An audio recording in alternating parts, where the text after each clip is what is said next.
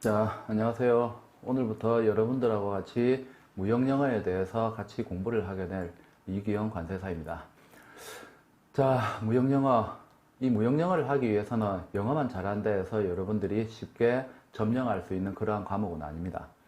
가장 기본적으로 무역과 관련되어지는 실무 내용을 모르게 되면 전반적인 부분에 대해서 이해하는 것이 어려울 거예요.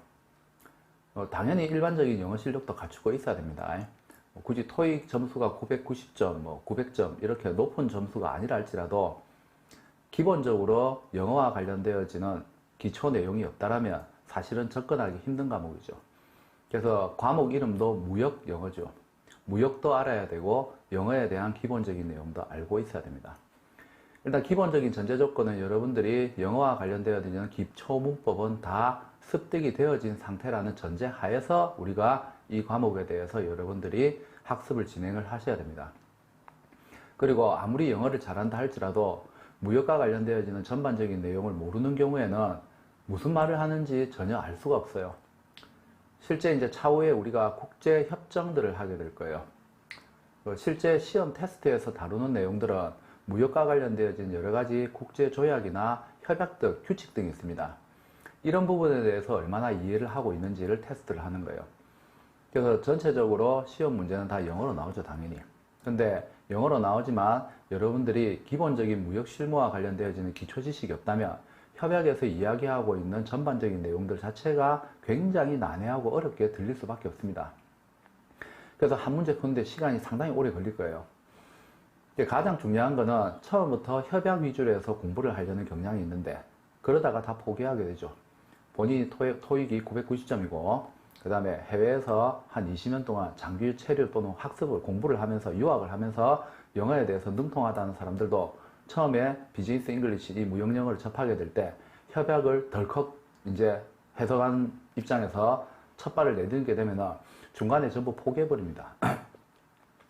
우리도 이런 성향이 있습니다. 여러분들이 우리나라 국내 무역하고 관련되는 내용 말고도 법이라는 것들이 상당히 많이 있죠. 그 법학과에 다니신 분들은 잘 알겠지만 여러분들이 법학이 전공이 아니시라면 실제로 법조문 내용 읽어보면 머리 아프기 시작합니다. 똑같습니다. 국제적인 조약이나 협정들 다 법이에요. 그거를 영어로 바꿔놓은 거예요. 그리고 실제로 이제 해외에서 전부 영문으로 다 해서 실제 국제 중재라든지 소송 이런 거 발생할 때 판사들이 전부 다 판결하는 지침서로 쓰는 내용들입니다. 특히 상거래와 관련되어지는 부분들은 일반적인 내용하고는 좀 다른 전문적인 용어들이 많이 있어요. 그래서 무역하고 관련되어지는 기본적인 내용을 모르는 상태에서 접근을 하시게 되면 상당히 어려운 부분이 될 수밖에 없습니다. 우리가 상법을 지금 읽는다 또는 이제 민법을 지금 읽고 있다 라고 가정해 보십시오. 얼마나 답답하고 어렵겠습니까? 우리말로 되어 있는데도. 마찬가지죠. 일상적인 대화에서 사용하는 영어들은 아닙니다. 그리고 동일한 철자 스펠링을 가지고 있어요. 근데 발음도 똑같아요. 그런데 실제 비즈니스 잉글리시에서는 전혀 다른 내용으로 사용이 돼요. 일반 문법에서 사용되는 전치사하고 전혀 다른 전치사를 쓰는 수거들도 있습니다. 관용구문이죠, 관용구문. 이런 부분들이 굉장히 많기 때문에 그래서 단순하게 영어 일반적인 문법적인 부분 또는 독해 또는 여러분들이 회화를 잘하기 때문에 회화와 관련된 내용 이런 것들을 그냥 일방적으로 적용을 하신다면 실제로 이제 공부하는데 굉장히 큰 어려움이 발생할 수밖에 없습니다. 그래서 구체적인 국제 협정이나 협약, 무역과 관련되어지는 국제 상거래와 관련된 협정이나 협약을 습득하기 전에 먼저 무역하고 관련되어진 가장 기본적인 실무 내용부터 여러분들이 습득을 하셔야 돼요. 그래서 실제로 이제 전공이 무역인 통상이나 이렇게 전공을 하신 분들 또는 현재 무역회사에 다니시면서 이 강좌를 들으신 분들 같은 경우에는 사실은 그 일반적인 무역 이론 강좌 부분은 안 보셔도 됩니다. 이미 다 알고 있는 내용이에요. 하지만 전혀 무역하고 관련 없는 분야에 종사하시던 분들, 특히 이제 공과대 쪽이라든지 또는 법대라든지 아니면은 이제 고등학교 졸업하고 이제 고시 준비를 하시는 분들이란지 이런 분들 같은 경우에는 그냥 본인들의 그 영어 실력만을 가지고 해서 쉽게 접근을 하시려고 하면은 그 상당히 큰일이 납니다. 그래서 지금부터 우리는 무역하고 관련되어지는 가장 기본적인 내용에 대해서 먼저 실무적인 부분을 확인을 할 거예요. 자, 이 내용을 확인을 할 때 어차피 시험은 영어로 다 나와요, 지문이. 문제도 영어로 나오고 여러분들이 객관식으로서 그 보기로 나오는 것도 전부 다 영문으로 다 나오게 됩니다. 그렇기 때문에 무역과 관련되어지는 일반적인 지금 실무 내용을 할 때 무역 영어 단어가 나오게 될 거예요. 예를 들면 이제 그 교재에 보면 가로 안에 전부 다 일일이 영어로 한 개씩 다 어떤 스펠링, 어떤 표기를 쓴다라는 것을 다 표시해 놨죠. 어떤 단어를 쓴다라는 거. 이런 것들을 여러분들이 내용을 이해를 하시면서 암기를 하셔야 됩니다. 그리고 지금 열심히 공부를 하시면은 1차 시험에 합격을 하고 2차에 무역 실무라는 과목을 공부를 하게 될 때 굉장히 큰 도움이 될 거예요. 실제로 이제 그 무역 영어가 기반이 되어야지만 무역 실무를 여러분들이 쉽게 학습을 할 수 있습니다. 그리고 이제 그 무역 영어 자격증이라는 시험도 있고 국제무역사 자격증이라는 시험도 있죠. 그 다음 물류관리사 자격증이라는 시험도 있어요. 그리고 관세사와 같은 고시와 같은 자격증들도 있습니다. 이 모든 것에 다 공통적으로 적용되는 과목이 또 이 무역 영어 과목이에요. 무역 영어 과목. 그래서 여러분들이 이 과목을 공부하시게 되면은 실제로 이제 고시뿐만 아니고 그 일반적인 무역 관련 자격증들도 여러분들이 시험을 치실 수가 있습니다. 자격증은 없는 것보다는 있는 게 낫죠. 그래서 공부를 하시면서 관련되어지는 자격증 전반적인 부분에 대해서 다 한번 테스트를 해보세요.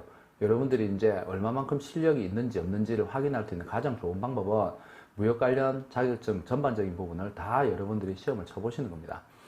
그럼 문제 패턴이나 이런 것들이 다르다 할지라도 어차피 기본적으로 알아야 될 내용을 바탕으로 해서 시험이 출제가 되어지기 때문에 쉽게 여러분들이 하나씩 자격증을 습득을 하게 될 때 거기에 또 만족감이라는 게 있을 수 있습니다. 그래서 지금 이 시간부터는 가장 기본적인 무역하고 관련되어지는 기초적인 실무 내용부터 여러분들하고 확인을 하겠습니다. 그래서 무역이 쉽기도 하고 어렵기도 해요. 어렵다고 생각하면 굉장히 어렵고 쉽다고 생각하면 굉장히 쉽다고도 볼 수 있습니다. 그래서 일단은 암기하려는 생각은 하시지 마시고 이해를 하려는 입장에서 먼저 바라보세요. 그리고 이제 반복 학습을 하시는 겁니다. 그렇게 되면은 어느 순간 그 전체 내용에 대해서 여러분들이 다 습득을 하시게 될 거예요. 그 이후에 무역과 관련되어진 여러 가지 국제 조약, 협정 이런 것들을 이제 펼쳐서 영어를 번역을 하면서 영문을 번역을 하면서 내용을 보시게 되면은 이제 조항들이 의미하는 바가 무엇인지를 정확하게 매칭을 시킬 수가 있습니다. 자, 그래서 제일 처음에 보면 우리가 무역이 무엇인지에 대해서 묻고 있습니다. 자, 여러분들이 스스로 무역이 무엇인지에 대해서 한번 자문을 해 보십시오. 뭐 크게 어려운 건 아니죠. 누구나 쉽게 대답할 수 있습니다. 예, 국제 간에 상인들끼리 물품을 거래하는 것, 우리가 흔히 이렇게 쉽게 얘기할 수 있죠. 그래서 서로 다른 국가의 영업소를 가지고 있는 상인들 사이에서 대가성급부를 바탕으로 해서 상호 물품을 거래하는 것. 이렇게 이제 우리가 간단하게 정의할 수 있습니다. 물론 무역도 무형 무역도 있어요. 유형 무역만 있는 게 아니고. 근데 보통 우리가 무역이라 얘기할 때는 상품 무역을 지칭하는 경우가 많습니다. 그리고 이제 서비스 무역도 있죠. 그래서 서비스 무역 같은 경우는 무형의 자산, 지적재산권, 노하우, 기술 특허권 이런 것들이 상호 교류가 되는 거죠. 그래서 넓은 의미에서 본다면 유형제하고 무형제를 모두 포함해서 거래하는 것이고 우리가 일반적인 의미에서 무역이라고 얘기할 때는 다 그 상품 무역에 좀 한계를 두고 이제 정의를 하는 경우가 많습니다. 어쨌든 무역을 하기 위해서는 국가와 국가가 달라야 돼요. 서로 다른 국가의 영업소를 가지고 있는 상인들 사이에서 대가성급부라는 게 반드시 수반돼야 되죠. 요 대가성급부라고 하는 것은 주로 이제 그 대금 결제를 뜻합니다. 하지만 특정한 무역의 경우에는 물품 대 물품으로 거래하는 경우도 있죠. 고대 사회 때부터 존재했던 가장 그 전통적인 무역의 방식이 바로 물물교환이에요. 바터 트레이드라고 하는 거죠. 이런 바터 트레이드 같은 경우에는 사실은 그 대금 결제가 수반되지 않습니다. 그죠? 그래서 물자 대 물자로서 물품 대 물품으로서 거래를 하는 거죠. 주로 이제 외환 보유고가 부족한 개발도상국 사이에서 흔하게 지금도 발생되어지는 형태고 가장 역사적으로 오래된 무역의 형태는 바로 물물교환이라고 이야기를 할 수 있습니다. 근데 오늘날은 무역을 이제 인터내셔널 트레이드라는 이 표현보다는 국제 상거래라는 표현을 많이 사용을 하게 됩니다. 그래서 인터내셔널 커머스 트랜잭션이라는 표현 방법을 많이 쓰죠. 그래서 이제 한자로 우리가 표현할 때 무역이라 표시하고 우리말로 표현할 때는 국제 상거래라고 표시합니다. 지금 이렇게 얘기할 때 여러분들이 관련되어지는 영어 용어 다 외우셔야 됩니다. 인터내셔널 트레이드, 인터내셔널 커머스 트랜잭션 이런 표현 방법 다 익히셔야 돼요. 그리고 최근에 갑작스럽게 정보통신 기술이 발달을 하면서 우리가 이마켓플레이스, 온라인 공동시장이라는 게 등장했죠. 또 이렇게 얘기하면 또 이건 또 무슨 소리야 할 수 있는데 여러분 다 알고 있어요. 해외 직구 하시잖아요. 알리바바나 아마존을 통해서 해외 직구, 해외 쇼핑 많이 하시죠.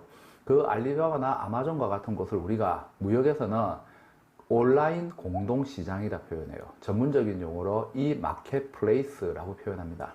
이제는 여러분들이 그냥 아마존, 알리바바 단순하게 이렇게 해외 직구 이런 표현 쓰지 마세요.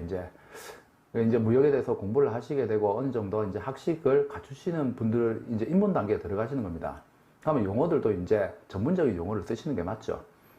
그래서 뭐 해외 직구 이런 표현 쓰지 마세요. 이제 여러분들은 온라인 공동시장이라는 우리가 전문적인 용어가 있습니다.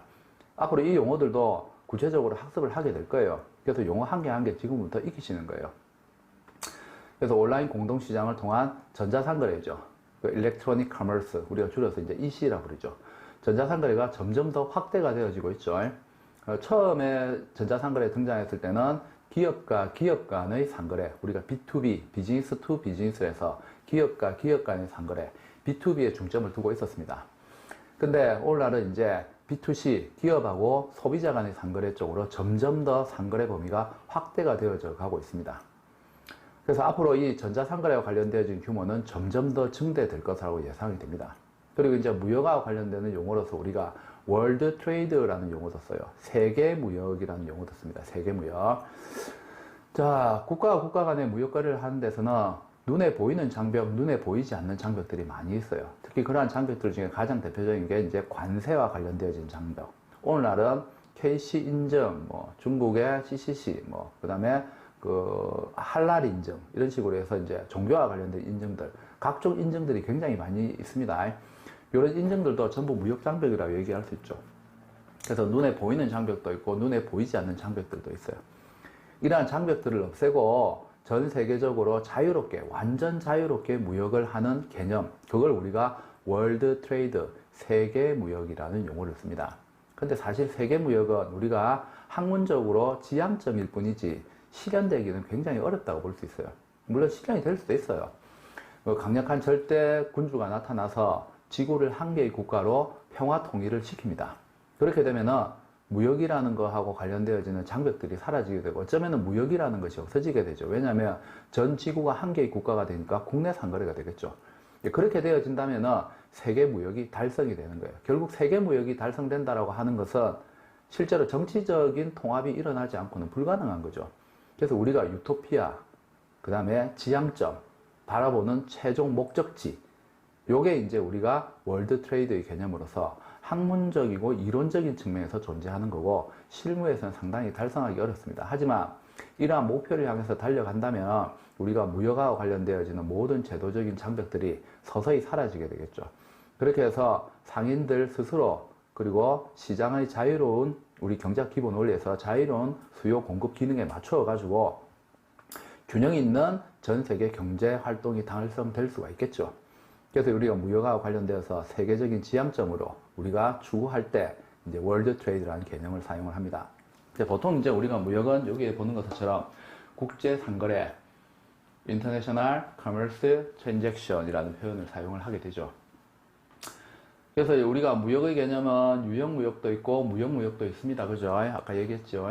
유형무역, 무역무역도 있는데 보통 우리가 좁은 의미의 무역은 이제 유형무역을 뜻하게 됩니다. 그래서 상품, 우리가 이제 상품이라는 용어보다는 앞으로 물품이라는 용어를 더 많이 쓸 거예요. 그래서 유통적인 측면에서 상류적인 측면에서의 상품이라는 용어보다는 이제 국제상거래와 관련되어서는 상품이라는 용어는 잘 쓰지 않습니다. 그래서 앞으로 이제 상품이라는 용어는 쓰지 않고 여러분들도 저도 다 이제 물품이라는 용어, 굿이라는 용어로 다 통일을 할 거예요. 그래서 이제 물품을 거래를 하는 유형무역, 그리고 눈에 보이지 않는 지식재산권, 그 다음 오늘날 이 지식재산권, 지적 소유권과 관련되어지는 부분은 모든 국가들이 중요시하고 있는 부분입니다.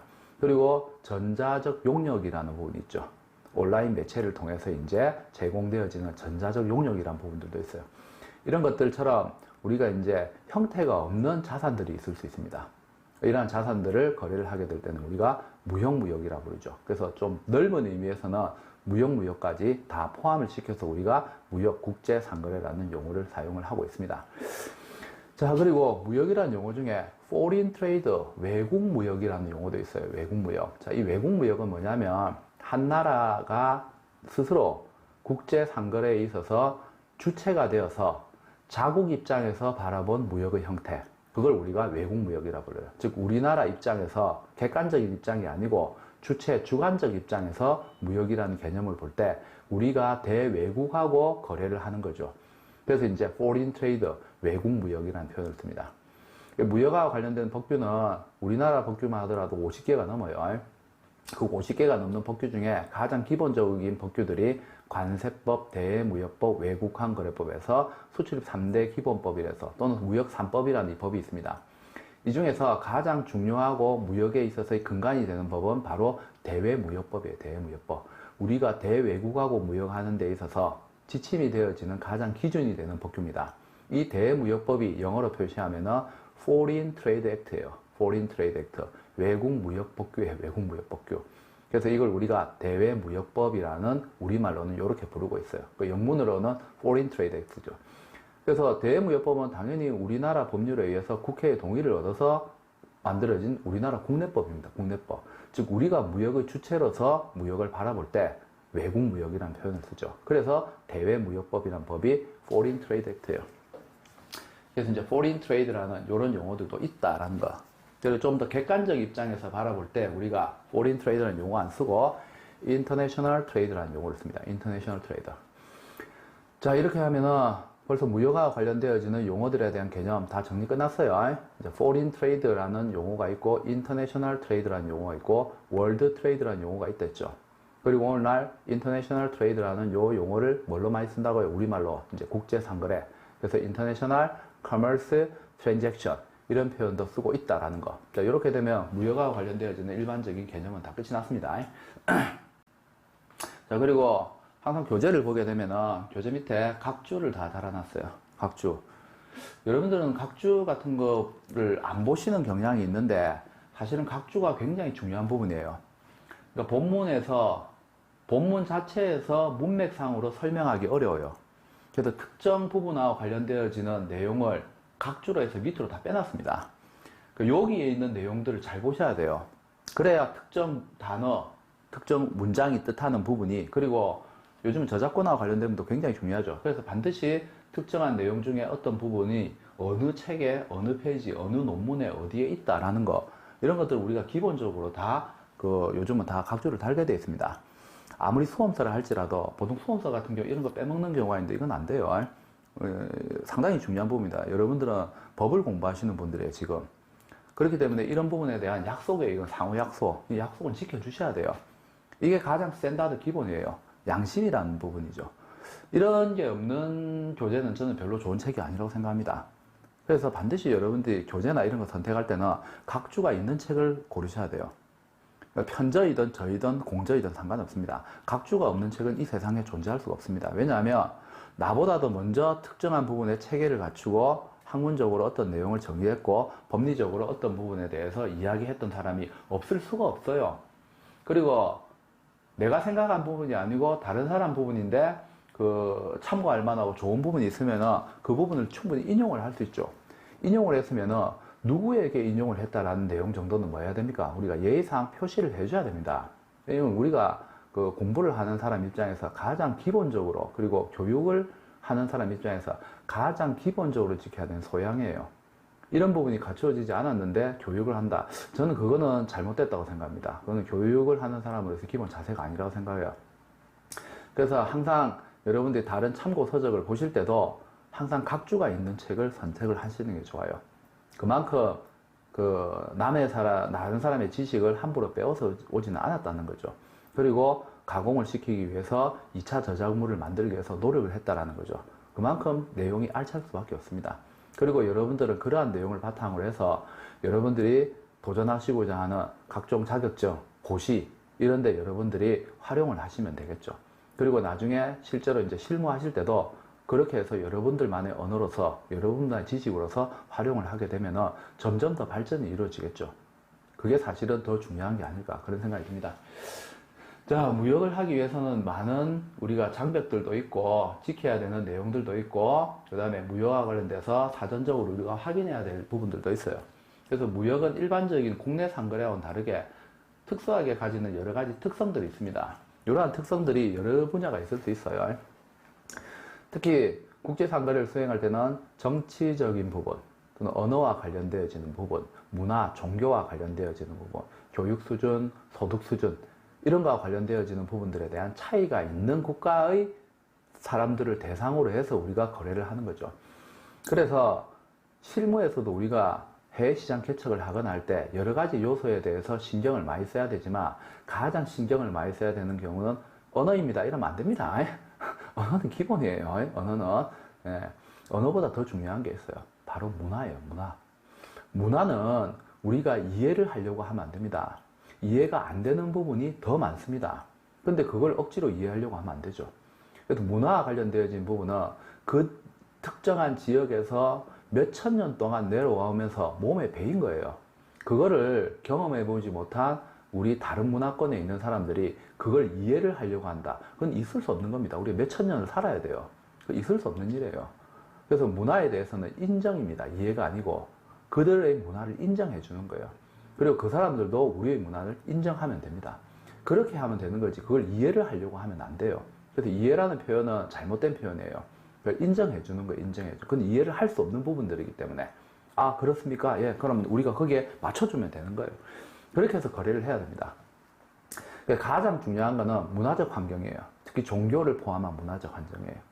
특정 종교에서는 특정한 그 육류를 섭취하지 않는 종교들도 있습니다.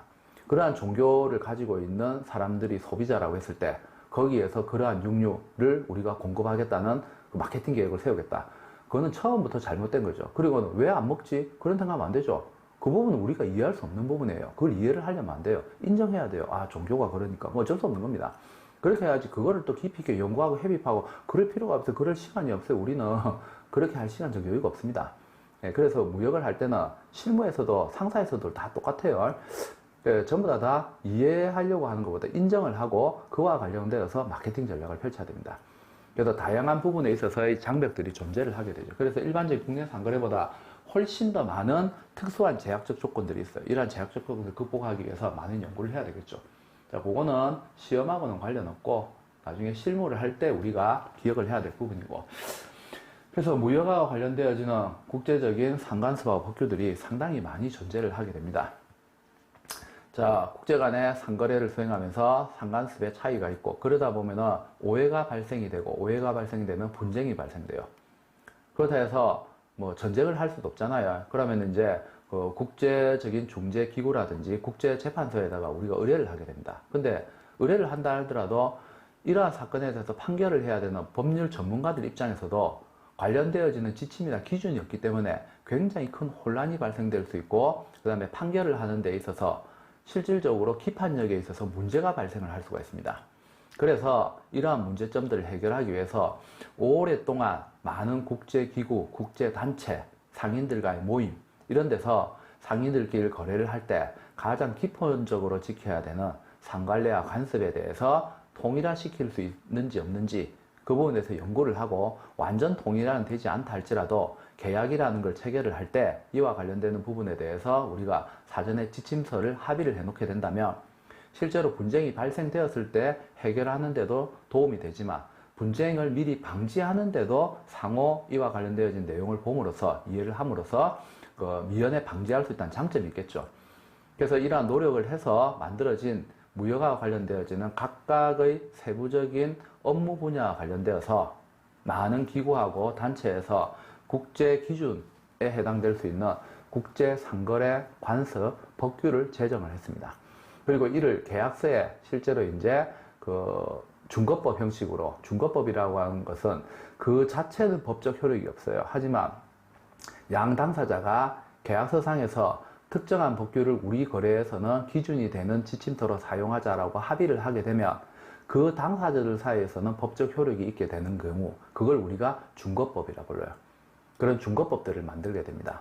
그래서 준거법 그 자체는 법적 효력이 없습니다. 근데 그걸 계약서에 우리가 두 사람 사이에 분쟁이 발생했을 때 우리는 이 법에 정하는 바에 따르자라고 합의를 하게 되면 그 두 사람 사이에서는 실제 법적 효력이 발생을 하고, 실제로 재판을 진행할 때 판사들은 그 법을 참고로 해서 당사자 중에 누가 잘못했는지를 판결해 낼 수 있어요. 이런 것들을 우리가 일반적인 법하고 구별해서 준거법이라는 이름을 정하게 됩니다.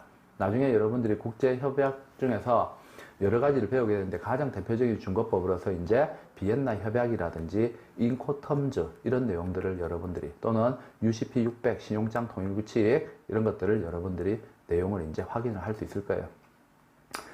자, 그래서 무역과 관련되어 지금 국제상거래 관습은 지천에 깔렸습니다. 어마어마하게 많습니다. 그 중에서 이제 그 국제적으로 무역하고 관련되어진 데 관심이 있는, 그리고 이와 관련된 데 있어서 여러 가지 그 분쟁 해결에 의해서 노력을 하기 위해서 만들어진 단체들이 있어요. 그러한 단체들에서 정한 기본적인, 가장 기초적인, 상인으로 알아야 되는 기초적인 국제상간섭 법규들이 있습니다.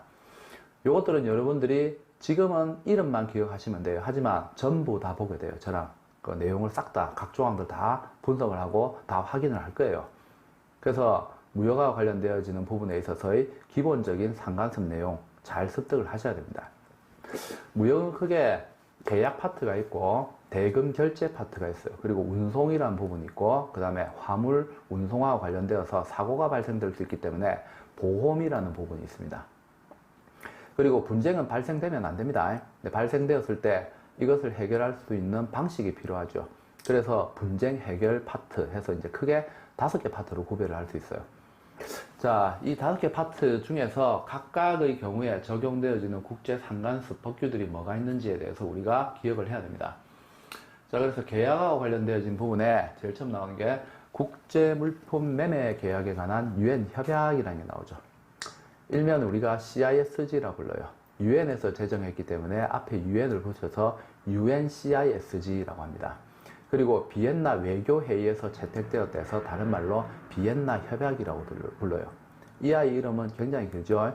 자, 이 아이는 1조부터 101조까지 총 101개의 조항으로 형성이 되어져 있습니다.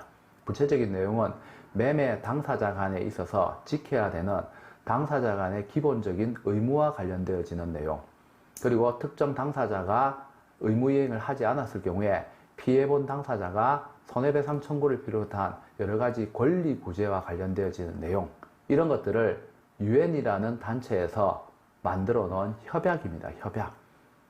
요게 이제 실제 계약하고 관련되어서 가장 광범위하게 적용되어지는 협약 중에 한 개예요.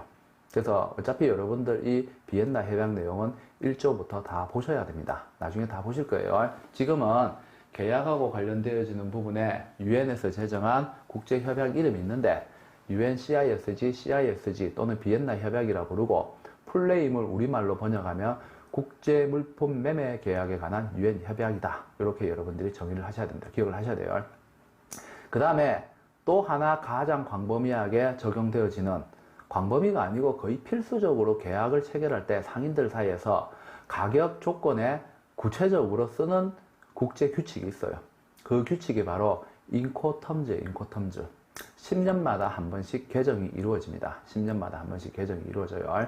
그래서 뒤쪽에 보면 이제 숫자들이 붙게 됩니다. 그래서 이제 개정될 때마다 그 숫자들이 단위가 이제 변신을 하게 되죠. 그래서 인코텀즈 1980, 인코텀즈 1990, 인코텀즈 2000, 인코텀즈 2010. 최초 버전은 1936년도에 제정됐어요. 누가 제정했냐면 ICC라는 단체에서 제정했어요. ICC는 국제상업회의소입니다. 전 세계 상인들 간의 계모임 집합체라고 얘기를 하면 돼요. 그러한 ICC의 대한민국 지부가 여러분들 알고 있어요. 대한상공회의소입니다. 대한상공회의소. 그래서 전 세계 지부를 다 가지고 있어요. 그래서 이 ICC에서 결정한 내용들은 바로 각 나라에 있는 ICC 지부를 통해서 전부 다 전달돼요. 그리고 대한상공회의소에 우리나라 상업인하고 공업인의 상당수가 회원으로 가입돼 있죠. 거의 중소기업 이상은 거의 다 가입돼 있다고 보시면 돼요. 소상공인을 제외하고는.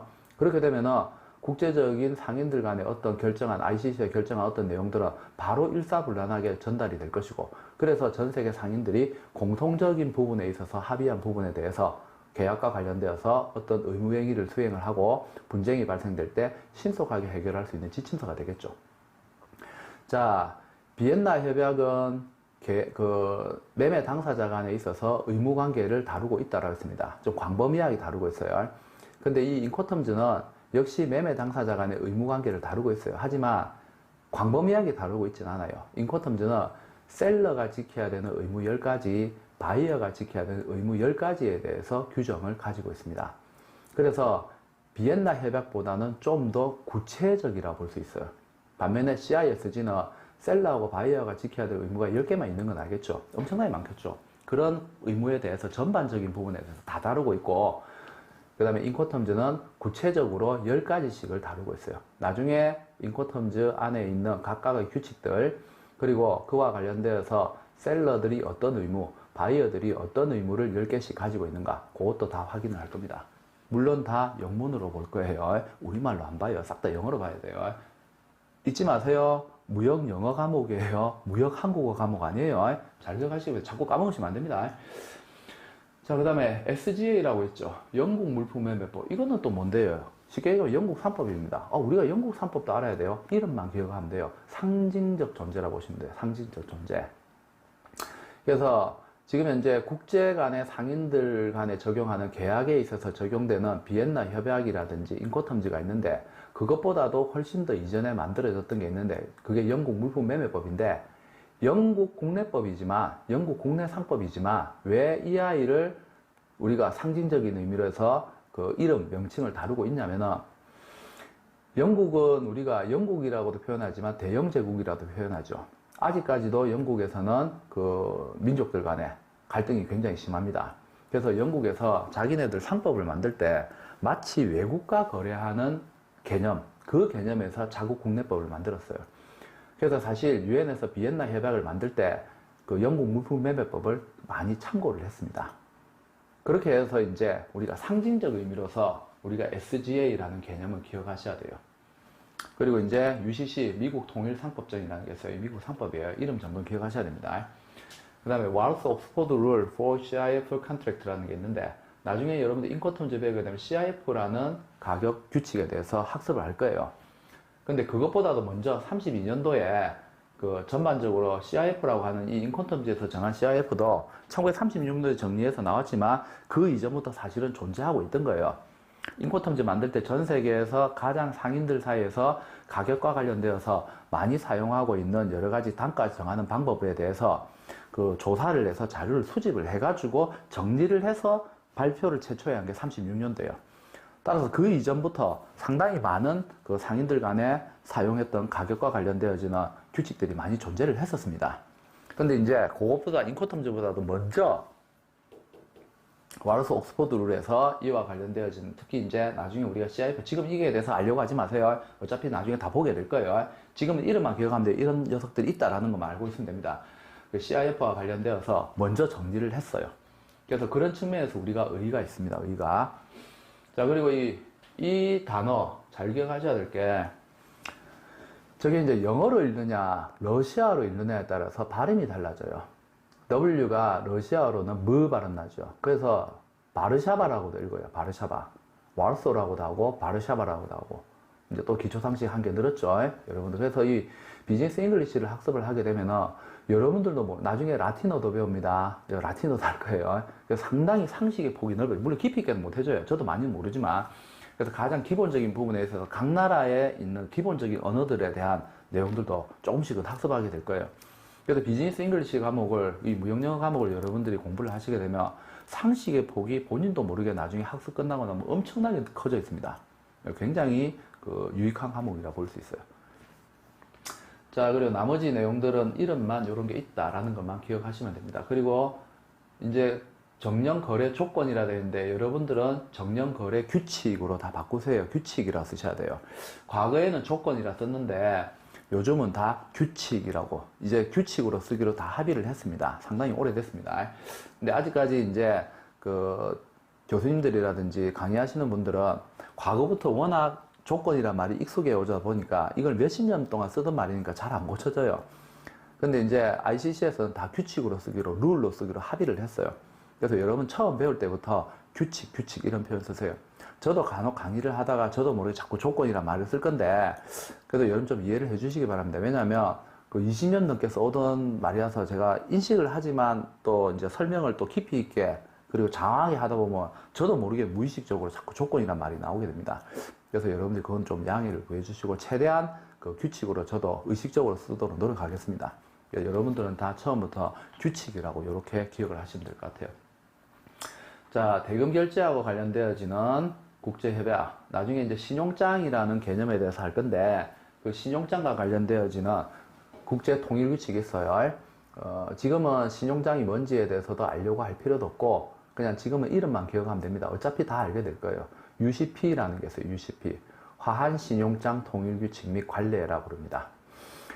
그리고 지금 현행 버전은 1조에서 39조까지 총 39개의 조항으로 형성되어 있습니다. 상당히 까다롭습니다. 그리고 이제 ISBP라는 게 있어요.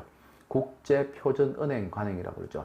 International Standard Banking Practice를 줄여서 ISBP라고 그래요. ISBP. 이름 기억하셔야 되고, 오늘날 무역과 관련된 서류가 과거에는 종이 서류를 많이 썼지만 오늘은 전자문서를 많이 쓰게 되죠. 그래서 이 전자문서와 관련되어서 신용장 거래를 할 때는 종이 문서하고는 다른 내용들이기 때문에 문서 자체가 그리고 적용되어지는 방식이나 형식 이런 것들도 다 다르죠. 그렇기 때문에 이에 대해서는 새로운 지침이 필요했어요. 그렇게 해서 만든 게 그래서 이 자 붙으면 다 전자적하고 관련되는 거죠. EUCP라는 게 있어요. EUCP 버전이 있습니다. 최초 버전은 1.0 버전이었고 업그레이드해서 1.1 버전이 있습니다. 1.1 버전이. 그래서 EUCP라는 말은 여기는 없지만 여기 있죠. EUCP는 반드시 뒤에 버전 쓰세요. 그래서 1.1 혹시 또 개정이 되면 1.2가 될지 2.0이 될지는 잘 모르겠습니다만 만약에 개정이 되면 버전이 바뀌게 되면 버전을 쓰셔야 돼요. EUCP는 버전을 쓰셔야 됩니다. 버전을. 그래서 지금 제가 강의하고 있는 이 순간에는 1.1 버전이에요. 그래서 여러분들도 아마 1.1 버전일 겁니다. 혹시 바뀌게 되면은 뭐 동영상에서 자막 처리해서 뭐 몇 점 몇으로 바뀌었다는 자막이 나올 거예요. 근데 그런 자막을 지금 못 보시고 계시다는 것은 아직까지 개정이 안 됐다는 겁니다. 그래서 1.1 버전이다. 지금은 어차피 다 봐요. 다 볼 거예요. 이것도 12개로 되어 있거든요. 다 볼 거예요. 전부 다 볼 거예요. 그러니까 자꾸 궁금해 하지 마세요. 왜냐하면 이거를 다 보고 또 지나갈 수 없고 지금 기본적인 개념부터 먼저 해야 되기 때문에 일단은 지금 전체적으로 우리가 어떤 것을 보게 될 거라는 거에 대해서 책에 있는 목차를 본다고 생각하시고 지금 가볍게 들어가셔야 됩니다. 그렇게 하셔야지. 이거는 뭐야? 왜 안 해주지? 그 내용이 엄청 많아요. 이거 며칠을 해야 돼, 며칠을. 몇 시간을 해야 돼요. 그래서 나중에 다 할 거니까 걱정하지 마시고 지금은 매뉴얼 지금은 뭐가 중요하냐면 계약에 어떤 게 있고 분류하는 게 중요합니다. 결제에는 어떤 게 있고 운송에는 어떤 게 있고 보험에는 어떤 게 있고 분쟁에는 어떤 게 있다. 이것만 지금 아시면 돼요. 학교에 처음 또는 회사에 처음 입사를 했습니다. 학교나 회사에 있는 모든 사람들의 그 성향이나 특성, 직책 이런 거 한 번에 다 파악할 수 있어요? 없잖아요. 그렇게 되면 뭐부터 해야 됩니까? 우리 부서에 있는 사람들 그리고 제일 중요한 거는 그 사람들의 이름이 뭔지를 먼저 파악해내야 될 거 아니에요. 지금은 그 과정이라 생각하시면 돼요. 그렇게 하면서 하나하나 늘어가시는 거예요. 하나하나 늘어가시는 거. 그리고 무역에도 어음을 씁니다. 무역에도 이 무역에서 쓰는 어음은 그냥 어음이라 안 하고 우리가 환어음이라 불러요. 그래서 이 환어음하고 관련되어져서 적용되는 규칙인데 그걸 추심에 관한 통일 규칙이라 불러요. URC라는데 collection 추심 URC라 불러요. URC. 자, 그리고 운송은 선박으로 할 수도 있고 철도로 할 수도 있고 비행기로 할 수도 있죠. 그리고 한 개의 운송수단으로 운송 서비스가 실현되지 않으면 다른 운송수단을 결합을 시킬 수가 있습니다. 복합운송이라는 것도 있습니다. 그래서 운송수단별로 적용되어지는 국제협정이나 규칙이 다 따로 있죠. 그래서 해상운송에는 헤이그 룰, 헤이그 비스비, 함부르크, 로테르담 규칙 이런 것들이 있어요. 자, 그 다음에 철도에는 CMR이라는 게 있고 도로에는 CIM이라는 게 있습니다. 얘를 우리가 제네바 협약이라고 불러요. 자, 그 다음에 복합운송화와 관련되어지는 UNMT 협약 이런 것들이 있어요. 그래서 항공화와 관련되어서는 몬트리올 협약, 와르소 조약 이런 것들이 있습니다. 그래서 지금은 운송수단별로 전부 다 뭐라고요? 다른 협정들이 있다. 이렇게 기억하시면 됩니다. 자, 보험은 한 개밖에 없습니다. 그 MIA 영국 해상보험법이 개정됐어요. 자, 1906은 여러분들 지웁니다. 이거는 과거에 이제 그 1906이었다가 최근에 개정이 됐어요. 그 MIA라고 하는 게 있어요. 영국 해상보험법. 이것도 영국법이에요. 근데 아까도 그럼 영국법이 왜 자꾸 나오지? 이렇게 얘기할 수 있는데 한때 영국이 전 세계에 여러 가지 확장 정책을 펼치면서 식민지 정책도 굉장히 강화했었고, 한때 영국의 넬슨 제독이 일끄는 해군은 무적 함대라 불렸죠. 세계사 시간에 세계사에 관심이 있는 분들은 이런 내용 많이 들었을 거예요. 그래서 영국이 전 세계에 굉장히 많은 영향을 미쳤을 당시가 있습니다. 그때 국제 상거래도 영국이 거의 다 주동을 했다고 봐야 돼요. 그렇게 되면 당연히 상거래와 관련되어지는 국제적으로 적용되어지는 관습이나 법규들은 영국 자기들 법을 적용했을 가능성이 높겠죠. 근데 보험하고 관련되어서도 역시 그와 관련되어지는 법이 적용이 되었어요. 그래서 영국 해상보험법이라 적용이 되었는데, 이 법이 만들어지고 나서 영국이 힘을 잃었다 할지라도 워낙 이와 관련되어지는 이제 보험하고 관련되어지는 이 법규가 전 세계적으로 파급 효과가 컸고, 전 세계 많은 보험회사들이 보험 약관이나 이런 거 만들 때 이 법을 참고를 많이 했어요. 그렇게 하면서 각 나라들도 자연스럽게 영국 해상보험법을 자국 보험 관련 법규에 흡수를 했습니다. 그리고 또 잘 만들어졌어요. 그러니까 다른 어떤 단체나 이런 데서 또다시 국제적인 보험하고 관련된 법을 만들 필요가 없는 거예요. 그래서 보험은 좀 아이러니하게 국제적으로 적용되어지는 법은 하나밖에 없습니다. 영국 해상보험법 요 한 개밖에 없어요. 우리나라도 마찬가지, 일본도 마찬가지고 다 전 세계 거의 대부분 국가들이 MI를 다 받아들여서 그대로 자국법에서 다 사용하고 있어요. 그 다음에 이제 그 ICC 협회적 하약과 보험하고 관련돼서 이제 화물하고 관련된 약관하고 관련되어진 건데, 신약관, 구약관 두 개가 있어요. 어차피 다 알 거예요. 지금은 이제 그런 게 있다라는 개념만 알고 계시면 되고, 그 다음에 해상 손해 중에 사고 중에 그 공동훼손이라는 사고가 있어요. 이것도 보험하고 관련돼서 나중에 할 거예요. 그와 관련되어서 국제적으로 손해 범위나 이런 거에 대해서 통일화시켜서 만든 게 있는데, 그게 요크 엔트워프를 YAR이라고 부릅니다. 지금은 이름만 기억합니다. 그리고 분쟁 해결하고 관련되어서는 우리가 국제소송 말고 우리가 무역에서는 또 상사중재라는 제도가 있어요. 그와 관련되어지는 내용들이 실질적으로 이에 관련된 중재와 관련되어지는 부분이 상당히 잘 만들어져 있고 체계화되어져 있고 정말 좋은 제도입니다. 실제로 상인들이 사용하지 않는다면 무용지물이 되겠죠. 근데 문제는 뭐냐면 이 소송도 마찬가지예요. 여러분이 우리 국제소송을 붙으면 미국하고 우리나라하고 소송이 붙었어요. 근데 우리나라 기업이 손해배상 청구를 해서 승소를 해서 배상을 받으면 어떻게 되냐, 우리나라 법원에 제소해서 재판해가지고 이긴다 해서 받을 수 있는 건 없어요. 왜냐하면 우리나라는 우리나라고 미국은 미국이에요.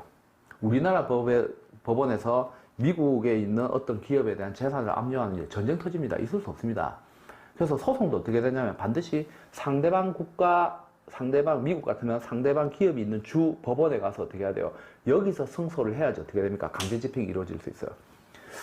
중재라는 또 마찬가지입니다. 어차피 무역을 하는 국가, 두 개의 서로 다른 국가의 영업소를 가지고 있는 기업들끼리 거래를 하기 때문에 실제로 분쟁하고 관련되어진 부분이 특정국에서 우리가 그 승소를 했다 해가지고 여기에 대해서 강제 집행을 하거나 이와 관련된 부분에 대해서 문제가 생길 수 있죠. 그래서 이 상호주의 원칙이 지켜져야 돼요. 그래서 외국에서 내린 중재와 관련된 판정도 실제로 자국에서 내린, 법원에서 내린 판결하고 동일한 법적 효력을 가질 수 있도록 상호주의 원칙에 입각해서 서로 인정을 해주게 된다면 실제로 이와 관련되어서 중재라고 하는 분쟁 해결 방식이 더 활성화될 수 있겠죠. 그렇게 해서 우리가 유엔에서 협약을 만들었어요. 협약을. 그리고 이 협약에 가입한 국가들 사이에서는 상호주의 원칙을 인정합니다. 그래서 이름도 뭐냐면 외국 중재 판정의 승인 및 집행에 관한 협약이에요. 외국에서 내린 중재와 관련된 판정도 인정하고 집행도 할 수 있게 상호주의 원칙에 의해서 회원으로 가입을 해서 이제 이 협약에 가입한 회원을 앞으로 체약국이라고 불러요. 체약국. 그래서 체약국들 사이에서는 상호주의 원칙으로 해서 지켜지게 만들어야 됩니다. 그래서 중재와 관련되어서도 이를 인정하고 그리고 상호주의 원칙을 적용하기 위해서 모여서 회의를 해서 법안을 만들고 거기에 대해서 가입을 하고 가입한 국가들에서는 상호주의 원칙에 의해서 인정을 할 수 있도록 만들었어요. 그래서 뉴욕에서 이 협약이 채택이 되었다 해서 우리가 뉴욕 협약이라고 부릅니다. 근데 원래 이름은 외국 중재 판정의 승인 및 집행에 관한 협약이에요. 외국 중재 판정의 승인 및 집행에 관한 협약. 이것도 협약 내용 전부 다 확인할 겁니다. 지금은 국제 상거래에 대해서 적용되어질 수 있는 각 무역하고 관련되어지는 파트 부분에 있어서 어떤 국제 상관습들이 있느냐, 어떤 규칙들이 있느냐, 어떤 협약들이 있느냐, 이름만 기억하셔서 카테고리 분류만 할 수 있으면 돼요. 그리고 우리나라 국내에도 무역과 관련된 법이 있겠죠. 제가 50개가 넘됐습니다. 50개가 넘됐어요. 그 중에서 아까도 얘기했지만 가장 기본적인 3법, 관세법, 대외무역법, 외국환거래법인데 제일 중요한 게 뭐라고요? 바로 대외무역법이 됐어요. 그리고 기타 식품위생법, 식물방역법, 검역법, 그 다음에 특정범죄가중처벌법, 마약법, 약사법, 이런 것들도 전부 무역과 관련되는 법규입니다. 그래서 50개가 넘어요. 이렇게 많은 법규들에 의거해서 우리가 다양한 규제, 정책을 펼치고 있습니다. 아무리 자유무역을 기반으로 하고 있고 우리나라가 자유롭고 공정한 무역을 조장함을 원칙으로 하고 있다 할지라도 특정한 물품이 국내에 잘못 유입이 되어서 국민 보건, 건강, 위생을 해야 한다든지 이런 일이 벌어지면 안 되겠죠. 그래서 최소한의 범위 내에서 규제는 해야 됩니다. 규제하고 관련되어서는 당연히 적용할 수 있는, 집행할 수 있는 법규가 필요해요. 그래서 다양한 법규에서 규제를 정하고 있습니다. 그래서 50개 이상이다. 이렇게 여러분들이 기억하시면 될 것 같아요. 자, 그래서 이번 시간에는 우리가 무역과 관련된 가장 기본적인 내용에 대해서 어떤 것들이 있는지 확인을 했습니다. 특히 이제 그 각종 무역과 관련된 국제협정, 협약, 규칙들이 뭐가 있는가, 그 개념들, 이름들만 보시면 돼요. 지금 잘 기억하시면 돼요. 그리고 무역과 관련되어지는 용어들 몇 가지 나왔죠. 일반적인 우리 국제무역이라는 용어, 외국무역이라는 용어, 그 다음에 세계무역이라는 용어, 그리고 오늘 나는 국제상거래에서 International Commerce Transaction이라는 표현도 쓴다라는 거, 여기에 대해서 여러분들과 얘기를 했습니다. 내용을 잘 기억하시기 바랍니다. 그래서 편하게 이 부분 한번 읽어만 더 보시면 될 것 같아요. 아주 재미없는 잡지책, 만화책 본다는 생각으로 한 번 정도는 쭉 내용을 읽어보세요. 그렇게 되면 대충 정리가 되실 겁니다. 자, 수고하셨습니다.